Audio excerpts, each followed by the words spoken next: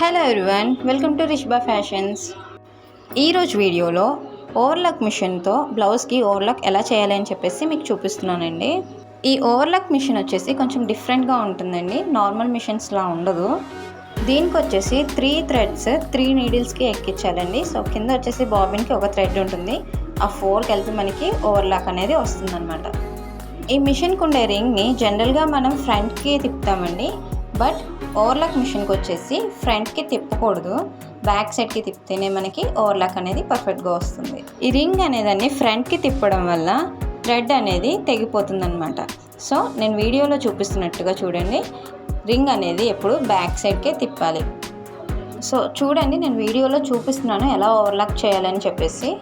So ఈ రింగ్ని మనం ఫ్రంట్కి తిప్పకూడదు, బ్యాక్ సైడ్కి మాత్రమే తిప్పాలి. రింగ్ని బ్యాక్ సైడ్కి తిప్పుతూ మనకి మోటార్ ఉంటే మోటార్, లేదంటే పెడల్ ఉంటే పెడల్తో తొక్కాలన్నమాట. ఇలా బ్లౌజెస్ ఎడ్జెస్ని నీడిల్ దగ్గర పెట్టి స్టిచ్ చేస్తే మనకి ఓవర్లాక్ అనేది కరెక్ట్గా వస్తుంది. బ్లౌజెస్కి కానీ ఫ్రాక్స్కి కానీ దేనికి ఓవర్లాక్ చేసినా మనకి ఫినిషింగ్ అనేది నీట్గా ఉంటుంది. ఇక్కడ ఎడ్జెస్ దగ్గర మిగిలిపోయిన థ్రెడ్ని కట్ చేసుకుంటే మనకి ఇరిటేటింగ్గా ఉండదు, సో నీట్గా ఉంటుంది బ్లౌజ్ ఫినిషింగ్ కూడా. ఈ వీడియో లాస్ట్ వరకు స్కిప్ చేయకుండా చూడండి. ఈ వీడియో కనుక మీకు నచ్చినట్లయితే మన ఛానల్ని లైక్ చేయండి అండ్ సబ్స్క్రైబ్ చేయండి. సో నేను మళ్ళీ మీకు చూపిస్తున్నాను దగ్గర నుంచి స్టిచ్ ఎలా పడుతుంది అనేది మీరు చూడండి.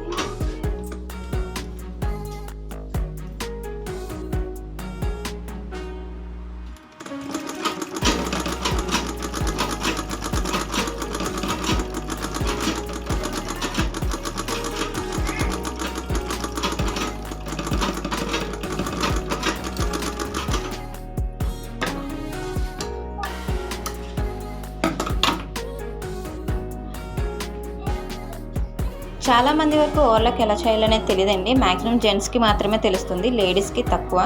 సో తెలియని వాళ్ళు తెలుసుకుంటారని చెప్పేసి నేను ఈ వీడియో అయితే చేశాను.